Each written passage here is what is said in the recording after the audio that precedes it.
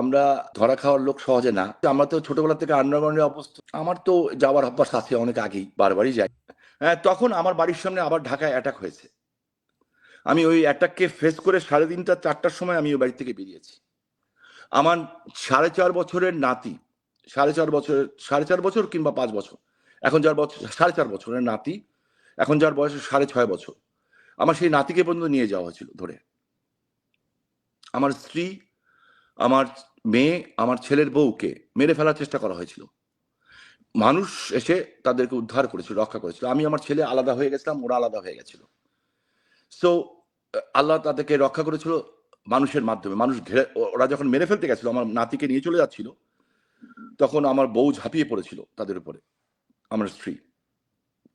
সেই ট্রমার থেকে এখনো সে বেরোতে পারে নাই এবং মুক্তিপণ দাবি করছিল।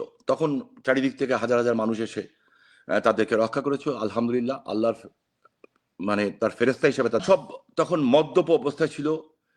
মানে কারোর হাতে অস্ত্র, কারোর হাতে ছুরি। মানে আমার বউ তো কাউকে ছিল না এদেরকে। হ্যাঁ, এবং আমার বউয়ের যেটা কথা ছিল, আমার মেয়ে যেটা বলেছিল যে ম্যাক্সিমাম ছিল ড্রাঙ্ক, অ্যালকোহল অবস্থায় ছিল তারা। মানে কোনো সেন্স ছিল না।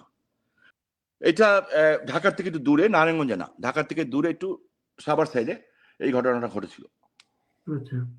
মানে একটা সেফ প্লেসে যাওয়ার সময় ওরা জানতো না যেটা আমার বাচ্চা, আমার পরিবার, এটা জানতো না। কিন্তু বাস একটা মহিলা পেয়েছে, 3টা মহিলা, একটা ছোট বাচ্চা পেয়েছে। এইটাই। আমার পরিবার যদি জানতো তো মেরেই ফেলতো হয়তোবা।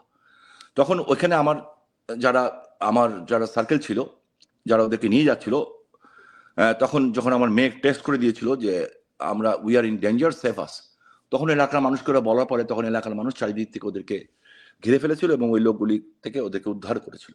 আলহামদুলিল্লাহ রাব্বিল আলামিন। এরপরে আমি দেশ ছাড়লাম, আমি ভারতে গেলাম। আমি আগস্টের শেষে গেছি। আমার তো যাওয়ার অভ্যাস আছে অনেক আগেই, বারবারই যাই আমি। হ্যাঁ, আগস্টের শেষ নাগাদ এই মাঝ সময়টা আমি ঢাকায় ছিলাম। ঢাকায় ছিলাম, একবারে ওদের বাড়ির সামনেই ছিলাম।